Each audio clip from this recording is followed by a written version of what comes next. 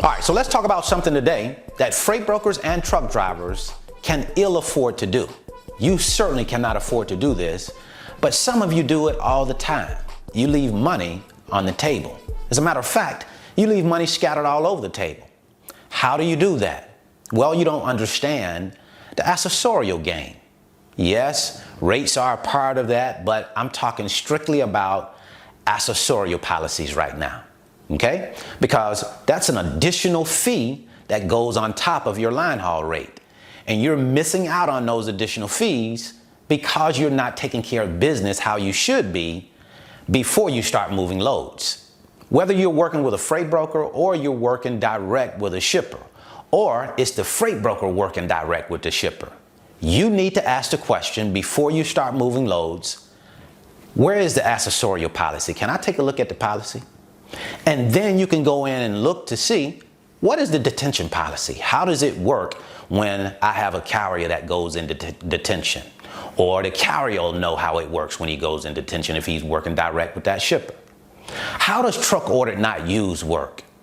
Well, you don't have to guess when those things happen because you've already taken a look at the detention policy, at the overall accessorial policy. You've agreed to it up front. And when it happens, it's about invoicing it and getting paid for whatever occurrence happened. But when you don't take care of that the right way, then you plan the guessing game, the reaction game. And that's not a good game to play. That's when you start missing out and leaving money on the table, right? Detention is probably one of the most common occurrences that happen. And a lot of you don't get paid detention because of what I just said and because you don't invoice the shipper for the cost, right? You don't invoice the broker for the cost. The broker doesn't invoice the shipper for the cost. And I want you to think about something, right? Do you think that a shipper will say, oh, okay, Brandon, you're with Alliance Logistics and you moved a load 4 weeks ago for me and you didn't include the detention charge. Make sure you go back and include that charge. The shippers aren't in the business of checking your invoices. If the charge is not there, they may even have paperwork and know that it may be there, but it's not going to get on that invoice more than likely because you didn't, or you're not going to get paid for that occurrence because it's not on the invoice. It's that simple.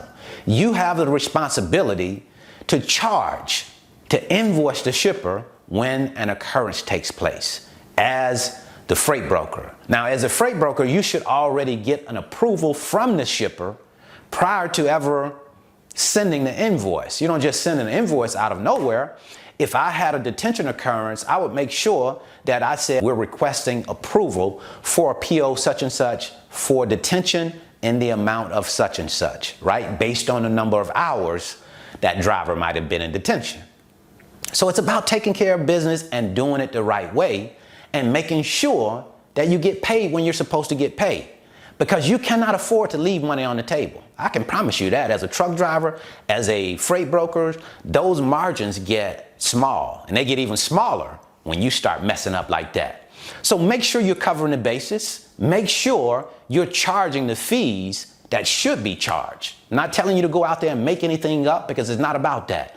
But when an occurrence happens, you should get paid. And it's your responsibility to get you paid. If you don't, who else can you put it on? That's what I wanted to share with you today. I certainly hope this information has been helpful. As always, I'll leave a free link in the description, BrandonTheFreightBroker.com. You can click on that link and it'll take you to my website and you can sign up for my free 5-video series that shows me in the office moving freight so you can get an understanding of how it works before you decide to come into it. And then if you're interested in learning about how we go out and get the customers, the shippers that we work direct with as freight brokers, I'll leave you a free video right here. That's the hard part. We're going to dive into that on this video.